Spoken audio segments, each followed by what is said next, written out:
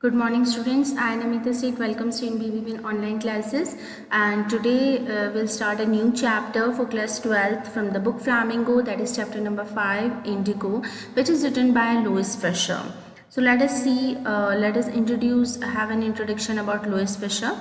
Louis Fisher was born in Philadelphia. He served as a volunteer in British Army between 1918 and 1920. Fisher made a career as a journalist and wrote for the New York Times, the Saturday Review, and for European and Asian publications. He was also a member of the faculty at Princeton University. The following is an excerpt from his book, The Life of Mahatma Gandhi. The book has been reviewed as one of the best books ever written on Gandhi by Times Educational Supplement. So Louis Fisher, he was born in Philadelphia and he was giving his services. Volunteer means one who gives the services. So he was giving his services to the British Army between 1918 and 1920, and he was a journalist by profession and he had written for the New York Times and the Saturday Review. Actually, this chapter Indigo is a short extract. Excerpt means होता है extract. So this is a short extract from his long book, The Life of Mahatma Gandhi. And the Life of Mahatma Gandhi is well known as the best book ever written on Gandhi by Times Educational Supplement. सबसे अच्छी book जो गांधी पे लिखी गई है आज तक की, तो वो लाइफ ऑफ महात्मा गांधी जो लुइस फिशर ने लिखी है उसको उन्होंने रिव्यूड करा या अवॉर्डेड किया था. Okay, now let's see actually what is written in this extract. This extract is named as indigo. Okay, so what do you mean by indigo first? Indigo actually it was a chief commercial crop which was bluish purple in color. Okay, जैसे हम normally इसे क्या बोलते हैं, नील, है ना, कपड़ों पे लगाया जाता है. वाइट क्लोथ्स को हम करते हैं ना, नील लगाती हैं, आपकी मदर्स भी लगाती होंगी. सो नील की खेती. ओके, उस समय क्या होता था कि जो ब्रिटिशर्स थे, ऑब्वियसली जो इंडियन फार्मर्स, यहाँ पे आप फार्मर्स का एक नया वर्ड सीख सकते हैं, that is share cropper. Okay, share cropper means farmer. So share croppers जो थे, इंडियन शेयर क्रॉपर्स, वो काफ़ी मतलब इकोनॉमिक क्राइसिस से उस समय गुजर रहे थे. क्योंकि ज़्यादातर जो ज़मीन थी किसानों की वो किसने ले ली थी, ब्रिटिशर्स ने ले ली थी, और वो उसके मालिक बन गए थे. यानी ज़मीन एक्चुअली किसकी थी, इंडियन शेयर क्रॉपर्स की थी, इंडियन फार्मर्स की थी, लेकिन ब्रिटिशर्स ने वो अपने नाम करवा रखी थी बिकॉज वो उनसे कुछ रेंट मांगते थे, पैसा मांगते थे. तो अल्टीमेटली क्या हुआ था कि सारा लैंड किसके हाथ में चला गया था, ब्रिटिशर्स के. अब वो लैंड ओनर्स बन गए, तो वो कंपेल करते थे. Okay, the Britishers they used to compel the Indian sharecroppers, okay, to plant at least 15% of their holdings with indigo, and they surrendered the entire harvest as rent. okay, यानी 15% जितनी भी अगर उनके land में खेती होती है उसकी 15% खेती किसकी होगी, इंडिगो की, नील की खेती होगी. ठीक है, और जो रेंट, क्योंकि ऑब्वियसली लैंड ओनर्स को रेंट देना पड़ेगा, किराया तो देना पड़ेगा, तो वो क्या करते थे कि सारी इंडिगो की जितनी भी खेती होती थी, जो भी उनका प्लांटेशंस होता था, वो सब किसको दे देते थे, ब्रिटिशर्स को दे देते as a rent. Okay, actually इसमें ब्रिटिशर्स का क्या फ़ायदा होता था कि उस समय जो यूरोपियन कंट्रीज़ थी ना, तो वहाँ पर इंडिगो की बहुत ज़्यादा डिमांड थी. ओके, तो जो इंडिगो यहाँ वो इंडियन फार्मर्स से या इंडियन शेयर क्रॉपर्स से खरीदते थे, मतलब लेते थे एज अ रेंट, तो उसकी कीमत यहाँ पर ना के बराबर थी. ठीक है, इसमें इंडियन फार्मर्स को भी कोई ज़्यादा मुनाफा नहीं हो रहा था, प्रॉफिट नहीं हो रहा था, लेकिन यही इंडिगो वो यूरोप में जाके उससे दोगुने चौगुने दामों में बेचा करते थे, और वहाँ उनको जो यूरोपियन मार्केट थी वहाँ इंडिगो की बहुत ज़्यादा डिमांड थी, तो उनको बहुत अच्छे पैसे मिलते थे ब्रिटिशर्स को. ओके, क्योंकि जब तक सिंथेटिक डाई नहीं आया था ना मार्केट में, तो इस वजह से उनको काफ़ी मुनाफा होता था ब्रिटिशर्स को. लेकिन यहीं पर जो इंडियन फार्मर्स हैं, इंडियन शेयर क्रॉपर्स हैं, उनको लॉस हो रहा था. क्योंकि इंडिगो जो है वो 15% अपनी होल्डिंग्स पर अगर इंडिगो प्लांट करते हैं, तो इंडिगो की खेती की वजह से उनकी जो लैंड थी उसकी फर्टिलिटी बहुत ज़्यादा रिड्यूस हो रही थी. ओके, प्लस जो वो अपना मेन कैश क्रॉप जो वो दूसरा ग्रो अप करते थे, है ना। कमर्शियल और कैश क्रॉप में आप डिफरेंस समझते हैं ना। कमर्शियल क्रॉप क्या होता है, जिसको आप सिर्फ कमर्शियली यूज़ कर सकते हैं, पैसा कमाने के लिए ही आप उसको प्लांट करते हैं। इंडिगो को खा तो सकते नहीं है, सिर्फ कौन सा है, बिजनेस का क्रॉप है, इससे आप सिर्फ पैसा कमा सकते हैं, ठीक है। लेकिन कैश क्रॉप्स हैं जैसे कि मेज़ है, वीट है, बाजरा है, जो खाने के भी काम आता है, प्लस आप इसको बेच के पैसा भी कमा सकते हैं। तो एक्चुअली जब ये इंडियन फार्मर्स, क्योंकि इंडिया हमेशा एक एग्रीकल्चरल कंट्री रही है, हमेशा फार्मर्स किस पे डिपेंड रहे, अपने क्रॉप पे डिपेंड रहे अपना घर चलाने के लिए। अब 15% तो लैंड चली गई इंडिगो के प्लांटेशन में, बाकी की जो लैंड बचती थी उस पर जो भी अपना कैश क्रॉप ग्रो करते थे वो एक्चुअली फिर थोड़ा घर के लिए रखते, थोड़ा मार्केट में वो बेच के आते। तो इस वजह से कहीं ना कहीं उनको इकोनॉमिक क्राइसिस हो रहा था, इजंट इट। एक तो ज़मीन की फर्टिलिटी ख़त्म हो रही थी, उसके ऊपर से 15% लैंड तो उसमें चली गई इंडिगो में, तो कहीं ना कहीं उनको इकोनॉमिकल क्राइसिस फेस करना पड़ता था, ठीक है, क्योंकि टैक्सेस भी ये लोग ज़्यादा देने लग गए थे। तो इसी वजह से गांधी जी जो थे इन्होंने इस जो मूवमेंट है, यानी कि जो इंडिगो को ख़त्म करने का, या जो इंडिगो प्लांटेशन की वजह से जितने भी हमारे फार्मर्स जो थे वो बहुत ज़्यादा पैथेटिक जो कंडीशन में थे, उससे बाहर निकालने की जिम्मेदारी किसको दी गई, महात्मा गांधी को दी गई। और उन्होंने, महात्मा गांधी ने इस मूवमेंट को, है ना, यानी वो एक जगह जाते हैं जिसका नाम चंपारण होता है, तो इसे चंपारण मूवमेंट कहा जाता है। और ये जो मूवमेंट है इसे फर्स्ट बैटल कहा जाता है 1847 का, सॉरी, क्योंकि 1847 का फर्स्ट सक्सेसिव रिवॉल्ट इसलिए माना जाता है क्योंकि ये एक ऐसी पहली रिवोल्ट थी जिसमें ब्रिटिशर्स ने इंडियन शेयर क्रॉपर्स या जो इंडियन लीडर्स थे उनके सामने अपने घुटने टेक दिए थे, यानी वो उन्होंने अपना सेक्रीफाइस कर दिया था जो भी उनकी शर्तें थी उनका, ठीक है। तो let's see, will read in the chapter कि कैसे क्या हुआ। So first of all we have discussed about the introduction of the chapter. Now let's see, start the chapter. When I first visited Gandhi in 1942 at his ashram in Sevagram. So सबसे पहले जो narrator हैं हमारे वो गांधी जी से 1942 में उनके आश्रम में सेवाग्राम में मिले थे, सेंट्रल इंडिया में है वो। He said, I will tell you how it happened and that I decided to urge the departure of the British. It was in 1917. So वो ये बताना चाहते थे कि मतलब मैं ब्रिटिशर्स को 1917 में ही यहाँ से बाहर निकालना चाहता था। एक्चुअली वो बता रहे थे कुछ स्टोरीज़ की किस तरह से मतलब उन्होंने क्या क्या किया और 1917 में ही ब्रिटिशर्स यहाँ से जा सकते थे, ठीक है।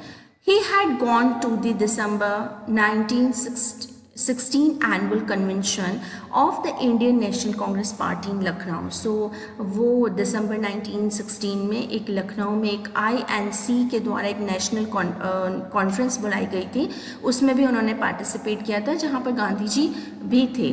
There were 2301 delegates. और कितने डेलीगेट्स मतलब क्या होता है, डेलीगेट्स मीन्स रिप्रेजेंटेटिव्स, ठीक है। तो 2301 वहाँ पे रिप्रेजेंटेटिव्स थे और बहुत सारे विजिटर्स थे। During the proceedings Gandhi recounted means narrated, ठीक है। तो उन्होंने नरेटेड मतलब अपनी स्टार्ट किया कि कैसे एक्चुअली 1917 में ही इंडिया को आज़ादी मिल जाती, या उन्होंने किस तरह ब्रिटिशर्स को हरा दिया था 1917 में ही।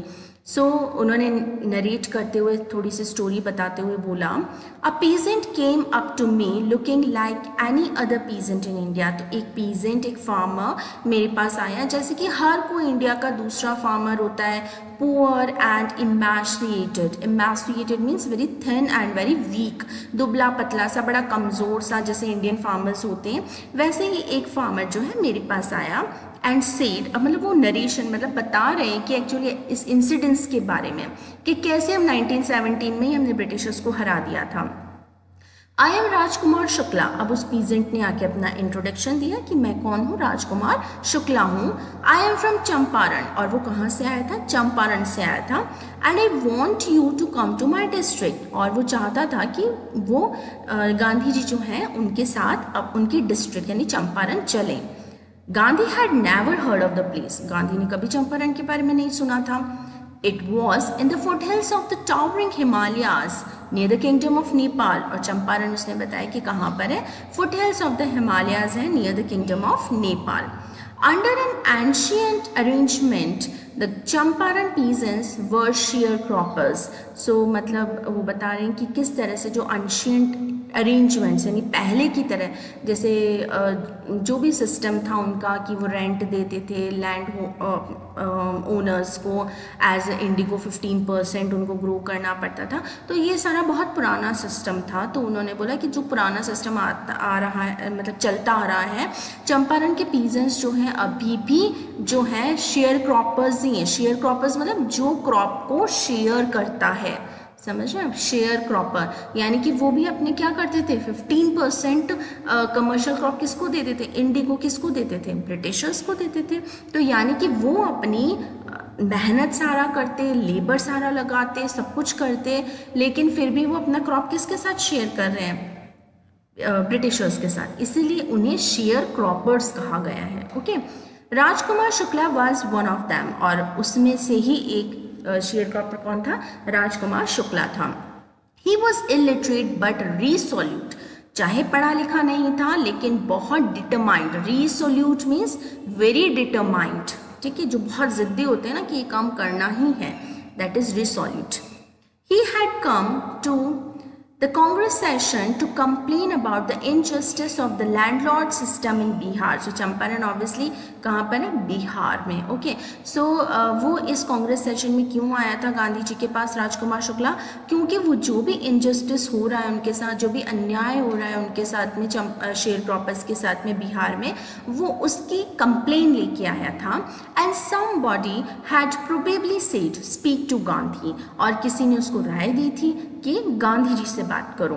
Gandhi told Shukla he had an appointment in Kanpur and was also committed to go to other parts of India. तो उसने बोला कि गांधी जी ने कि मैं तुम्हारे साथ कैसे आ सकता हूँ, मेरा अपॉइंटमेंट है पहले से ही, और मैं और भी इंडिया के अलग अलग जगह में जाऊँगा. Shukla accompanied him everywhere. अब जहाँ जहाँ गांधी जी जाते वहाँ वहाँ शुक्ला जो है, राजकुमार शुक्ला, उनके पीछे पीछे जाता. अकम्पेन्ड मतलब क्या होता है, विथ कंपनी, ठीक है, कंपनी देना किसी को. तो उनको जहाँ पर गांधी जी जाते उनके पीछे पीछे जाता, वो जिस आश्रम में जाते, जिस पार्ट ऑफ इंडिया में जाते, राजकुमार शुक्ला वहाँ जाता, क्योंकि वो रिसोल्यूट. अब क्वेश्चन तो ये बनता है कि Rajkumar Shukla was a resolute person, prove that thing. So कैसे प्रूव करेंगे, ऑब्वियसली जहाँ जहाँ शुक्ला गांधी जी जाते वहाँ वहाँ शुक्ला उनको अकम्पेंट करता था. हार नहीं मानी कि गांधी जी ने मना कर दिया तो मैं नहीं, चलो अपने घर चलते हैं, ऐसा नहीं. He was so much of determined कि गांधी जी को साथ लेकर ही जाना है. Then Gandhi return to his ashram near Ahmedabad. फिर गांधी जी जो है अपने आश्रम में आ गए जो कि अहमदाबाद के पास था. Shukla followed him to the ashram. Shukla वहाँ पर भी उस आश्रम में भी पहुँच गया. For weeks he never left Gandhi side. कई हफ्तों तक उसने गांधी जी का पीछा छोड़ा ही नहीं. Fix a date he bagged. तो उसने क्या मांगा, मतलब उसने उनको कहते बहुत ज़्यादा रिक्वेस्ट करी है. बैग्ड मतलब क्या होता है, भीख मांगी, है ना. भीख मांगना तो नहीं, रिक्वेस्ट हम ज़्यादा बेटर वर्ड कर सकते हैं. उसने बहुत ज़्यादा इंटेंसली रिक्वेस्ट करा कि प्लीज़ एक डेट फिक्स कर लीजिए, मेरे साथ में चंपारण बिहार चलिए. Impressed by the sharecroppers tenacity. So actually यहाँ पे टेनेंसिटी मतलब क्या होता है, फर्मनेस. फर्मनेस यानी दृढ़ता, है ना, स्ट्रॉन्गनेस. तो जो शेयर क्रॉपर था राजकुमार शुक्ला, उसकी इस फर्मनेस से गांधी जी काफ़ी इम्प्रेस हुए कि मतलब मेरा पीछा नहीं छोड़ रहा है, जहाँ जहाँ मैं जाता हूँ वहाँ वहाँ जाता है. And story Gandhi said I have to be in Calcutta on such and such a date. उसने फिर बोला कि मैं कैलकटा में हूँगा, जो भी उन्होंने डेट बताई, इस डेट पर मैं कैलकटा में हूँगा. Come and meet me and take me from there. तो मैं तुम वहाँ कैलकटा आ जाना और फिर मुझे अपने साथ बिहार ले चलना. Months passed. Shukla was sitting on his haunches at the appointment spot in the Calcutta when Gandhi arrived. सो अब जो मतलब कई महीने बीत गए. अब उनका जो भी उसने डेट दी थी गांधी जी ने, तो कैलकटा में शुक्ला वहाँ पर पहुँच गया. And he was sitting on his haunches. Haunches मतलब क्या होता है, बुटॉक्स, है ना. जैसे आप योगा को जो भी करते हैं तो उसमें बुटॉक्स पे हम बैठते हैं ना. हॉन्चेस मतलब हमारे पैरों के ऊपर बैठना, ठीक है। सो वो वहाँ पर कैलकाटा में चले गए और शुक्ला वहाँ पर ही वॉज सिटिंग देयर और गांधी जी वहाँ पर आते हैं। He waited till Gandhi was free, और जब तक गांधी जी फ्री नहीं होते शुक्ला उनका वेट करते हैं। Then the two of them boarded a train for the city of Patna in Bihar. फिर दोनों क्या करते हैं कि वहाँ से पटना के लिए एक ट्रेन बोर्ड करते हैं। There, Shukla led him to the house of a lawyer named Rajendra Prasad, who later became the president of Congress Party and of India. So Rajendra Prasad से हम सभी वेल नोन हैं। So वहाँ से शुक्ला जो हैं वो उनको गांधी जी को लेके जाते हैं और एक लॉयर के हाउस पे ठहरा देते हैं, जिनका नाम, उन लॉयर का नाम क्या है, राजेंद्र प्रसाद है, जो बाद में हमारे president of Congress party and he became the president of India also. Okay, Rajendra Prasad was out of town, ठीक है, राजेंद्र प्रसाद क्या थे, टाउन के बाहर थे। But the servants knew Shukla as a poor young man who pestered their master to help the indigo sharecroppers. लेकिन राजेंद्र प्रसाद तो घर पे थे नहीं, तो जो उनके सर्वेंट्स थे, जो उन्होंने शुक्ला को एज अ योमैन, योमैन मीन्स एक छोटा सा farmer, a very small farmer, yeoman a small farmer, तो उसे सोचा उनके सर्वेंट्स ने, बहुत छोटा सा फार्मर है और हमारे जो प्रेसिडेंट हैं, जो लॉयर हैं राजेंद्र प्रसाद, उनसे हेल्प मांगने आया होगा। पेस्टर्ड मीन्स क्या होता है, ट्रबल, किसी भी मुसीबत में होगा ये फार्मर, तो राजेंद्र प्रसाद से कुछ हेल्प मांगने आया होगा। So they let him Gandhi, whom they took to be the another peasant, but Gandhi was not permitted to draw water from the well, lest some drops from his bucket pollute the entire source. तो गांधी जी जो कि राजकुमार शुक्ला के साथ आए थे, तो उन्होंने सोचा कि he was also emaciated like the Indian peasant, lean, thin, black in color. तो उन्हें लगा कि ये भी एक छोटा मोटा कोई फार्मर होंगे, शेयर क्रॉपर होंगे जो राजकुमार शुक्ला के साथ आए हैं, और उन्होंने गांधी जी को पानी तक पीने का अलाउ नहीं किया, क्योंकि उन्हें ऐसा लगता था कि एक ड्रॉप भी अगर इन्होंने छू ली तो सारा जो वाटर है वो पॉल्यूट हो सकता है। लेकिन मतलब उन्हें अनटचेबिलिटी, ऑब्वियसली इंडिया में तो ये सारे जो सुपरस्टिशियस थिंग्स हैं वो शुरू से हम मानते आए हैं, जो हमारे सोशल इविल्स हैं, जैसे कि हम वर्ण सिस्टम पे बिलीव करते, दैन जो हमारी अनटचेबिलिटीज़ हैं उन पे हम बिलीव करते हैं, तो रेशियल डिस्क्रिमिनेशंस, और तो ये शुरू से इंडिया में चलते आ रहे हैं, and because of that only उन्होंने गांधी जी को अलाउ नहीं किया पानी पीने के लिए। Okay, now let's discuss some questions are here. Let us discuss this question. Strike out what is not true in the following. So you have to put a cross on what is not true for the personality. Rajkumar Shukla was a sharecropper. Obviously he was sharecropper. No, he was not a politician. He was not a delegate. He was not a landlord. Rajkumar Shukla was poor, physically strong, or illiterate. Obviously he was not physically strong. Okay, he was poor and illiterate. Okay. Why is Rajkumar Shukla described as being resolute? So we have discussed earlier also, that means resolute means very determined. So obviously Rajkumar Shukla accompanied Gandhi ji wherever he went in different parts of India, and he was determined to take him to Champaran, Bihar, for the solution of the problems suffering for the solution of the problem of indigo sharecroppers. Okay, then why do you think the servants thought Gandhi to be another peasant? Obviously Gandhi ji actually he was emaciated like other Indian peasants, and he was very lean and thin, he was black in color. So the servants of Rajendra Prasad thought that he must be a very small farmer or a young man like Rajkumar Shukla. Okay, so we'll discuss the next part of the chapter in the next video. Till then, happy learning.